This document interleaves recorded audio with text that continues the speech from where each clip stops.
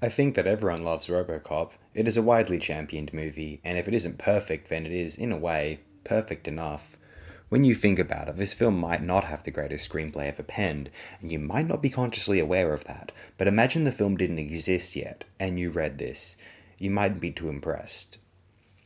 Verhoeven himself, I recall him recounting on a DVD documentary I saw years ago, that he read the script, was disgusted, and threw it in the bin.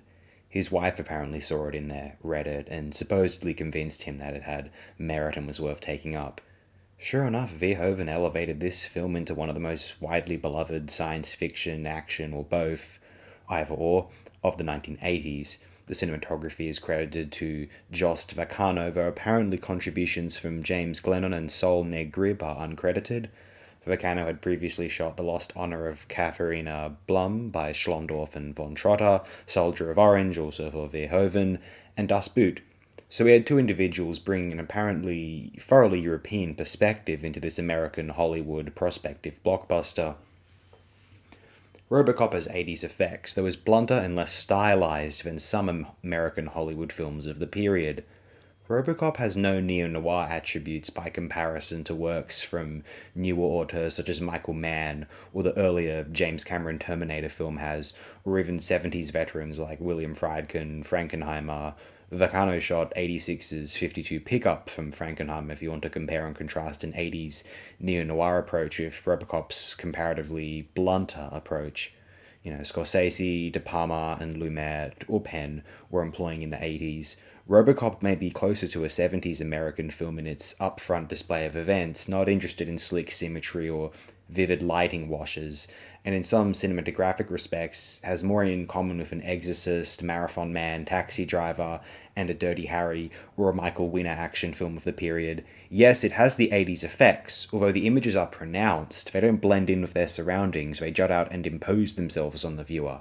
This can be contrasted with the particular dynamics of the aforementioned neo-noir continuum, where even in genre titles such as The Terminator, Escape from New York, Scanners, Blade Runner obviously, Blue Thunder, and Angel Heart, I feel as though RoboCop is focused on a visual subject and allows the aesthetic impact of the shot to flow downstream of it, rather than placing its genre subject, the T-800, a replica in a Snake Plissken, or a scanner, within the wider ecosystem of a shot, which tessellates very consciously with the preceding and succeeding frames of the runtime. Toward the end of the 80s, this RoboCop adjacent approach became more common in mainstream American genre films. We can see Cameron's Alien sooner embracing this approach, as well as Predator or Cronenberg's The Fly.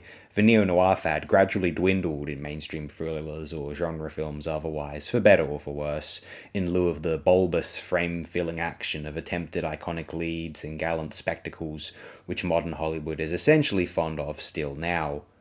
Though if any film did that right, it was RoboCop, along with its peers Aliens and Predator, and I will never not be fond of it, and its particular approach might be rooted in the 70s American New Wave, more so than the 80s prioritization of style, though this emerged out of the American New Wave too, though we can still see how films like RoboCop had an impact, along with its peers, on how American mainstream action films would carry themselves in the 90s.